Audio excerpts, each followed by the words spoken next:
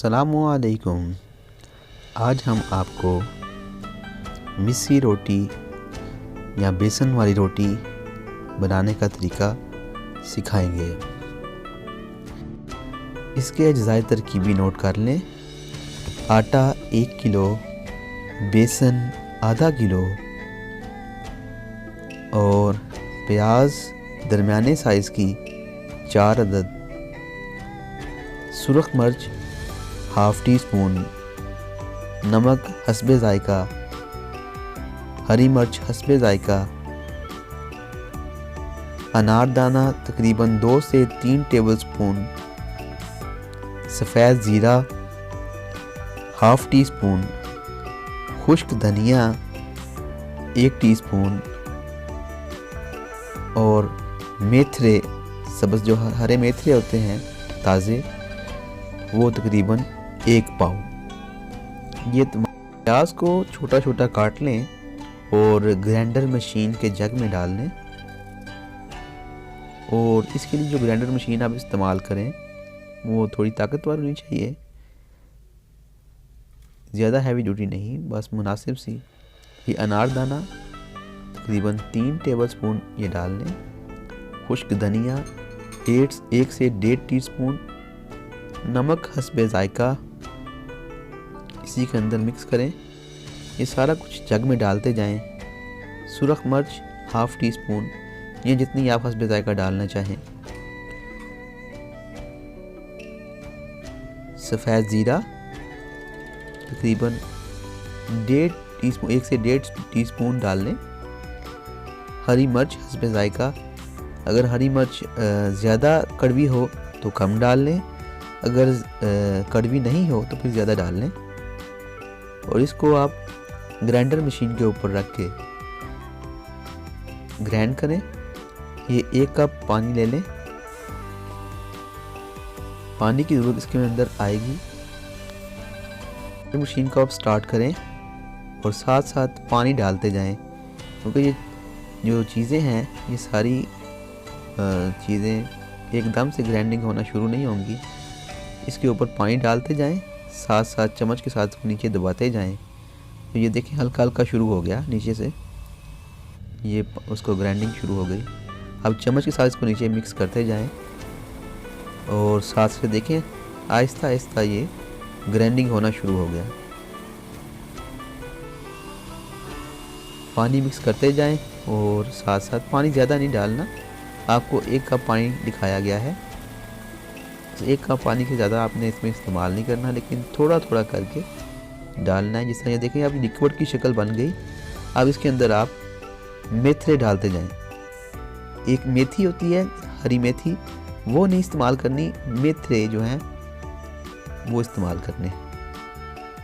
ये जग के अंदर चम्मच के साथ इसको नीचे दबाते जाएं और साथ साथ शेक करते जाएं, तो ये आहिस्ता आहिस्ता लिक्विड की शक्ल इख्तियार करता रहेगा। करते हुए इस चीज़ का ख्याल रखें, इसको आपने लिक्विड बनाना है। इस ऐसा जिस तरह पेस्ट होता है, पेस्ट की तरह इसको आपने बना के उसके बाद इस्तेमाल करना है। ये देखें अभी तक ये अच्छी तरह से, अभी चम्मच के साथ इसको मिक्स करते जाएं, साथ साथ ये लिक्विड बनता जा रहा है, पेस्ट बनता जा रहा है। अच्छी तरह जब पेस्ट बन जाएगा, बिल्कुल सा पानी, मज़ीद थोड़ा सा पानी आप ऐड करें इसके अंदर, ताकि ये अच्छी तरह से पेस्ट बन जाए। साथ साथ चम्मच के साथ चेक करते रहें। ये देखें यह पेस्ट की शक्ल, लिक्विड की शक्ल इख्तियार कर चुका है। इस पेस्ट को अब आपने निकाल लेना है। अब ये बेसन और आटा मिक्स कर लें अच्छी तरह से, हाथ के साथ मिक्स कर लें। आटा और बेसन मिक्स करने के बाद फिर आपने जो पेस्ट बनाया गया था उसको इसके अंदर मिक्स करना है। देखें ये वो पेस्ट है उन तमाम अज्जाए तरकीबी का। ये थोड़ा थोड़ा करके अंदर मिक्स करते रहें, ऐसे आटे के अंदर मलें, इसको मिक्स करें, खूब अच्छी तरह से मिक्स करें।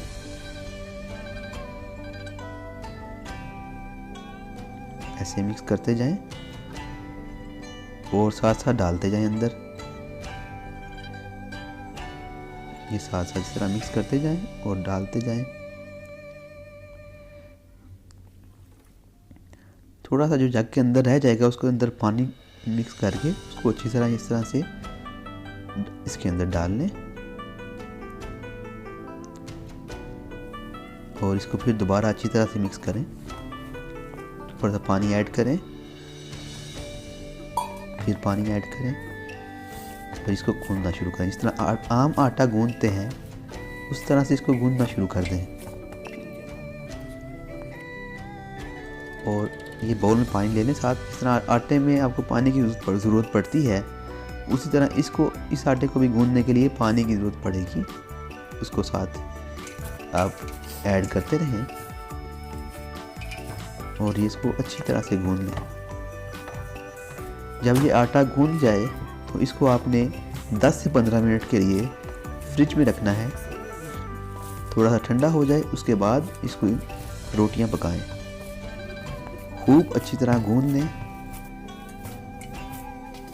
जब आपको ये इस बात का यकीन हो जाए कि ये खूब मिक्स हो गया और अच्छी तरह से गूंद गया है तो इसको आपने फ्रिज में रखना है 10 से 15 मिनट के लिए। अब इसको चेक कर लें कि इसमें नमक मिर्च कम या ज़्यादा तो नहीं। मज़ीद नमक मिर्च ऐड कर सकते हैं और फिर इसको मिक्स कर लें। ये लीजिए हमारा आटा तैयार है। रोटियाँ बनाने के लिए हमें इसके पहले पेड़े बनाने पड़ेंगे।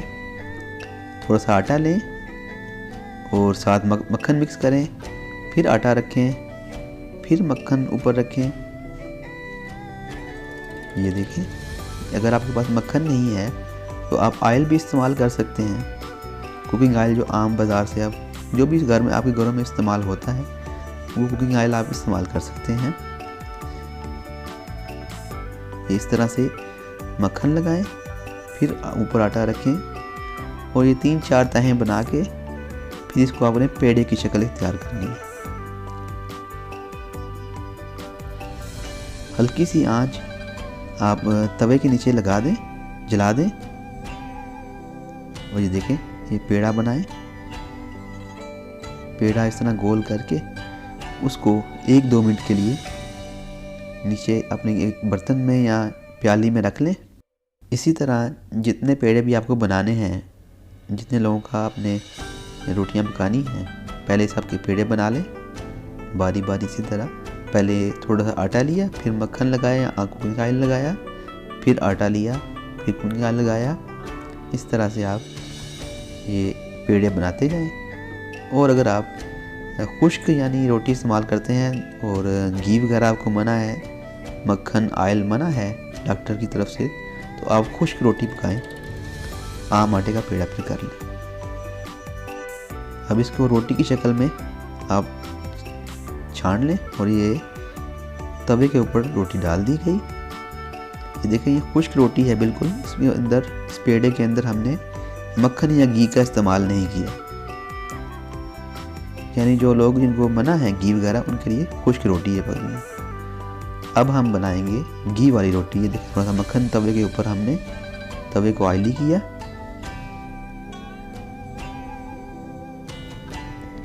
अब रोटी को आपने ये पेड़े को आपने छान लिया और तवे के ऊपर डालेंगे।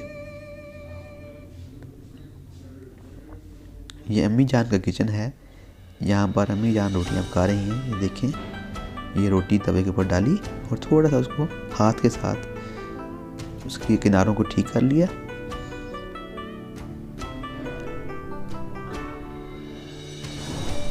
और आंच ज़्यादा तेज़ ना रखें, दरमियानी सी आंच के ऊपर पकाएं। और ये ऊपर मक्खन मज़ीद आप ऐड कर सकते हैं क्योंकि ये इसके अंदर मक्खन या ऑयल का ज़्यादा इस्तेमाल होता है।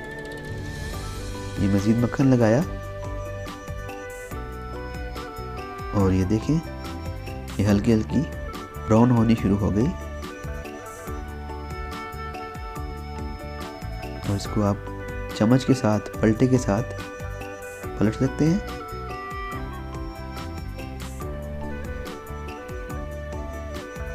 रोटी को क्रिस्पी करना है तो ये आपकी मर्ज़ी है। जितना क्रिस्पी करना चाहते हैं उतना आप ऑयल लगा लें। थोड़ा मक्खन लगा लें। अब मज़ीद मक्खन लगा के तो आप ये पलटे के साथ पलट सकते हैं। ये रोटी काफ़ी ब्राउन हो चुकी है।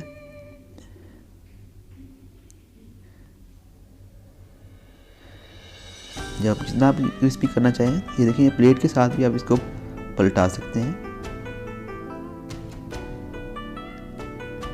अगर रोटी टूट जाए तो प्लेट के साथ आप पलटा सकते हैं इसको। लीजिए हमारी रोटी तकरीबन तैयार है। उसके साथ आप रायता, लस्सी और पानी ये इस्तेमाल करें। मिस्री रोटी यानी बेसन की रोटी हमारी तैयार है। रायता या मीठा दही भी इस्तेमाल कर सकते हैं आप। बहुत शुक्रिया। अल्लाह हाफिज़।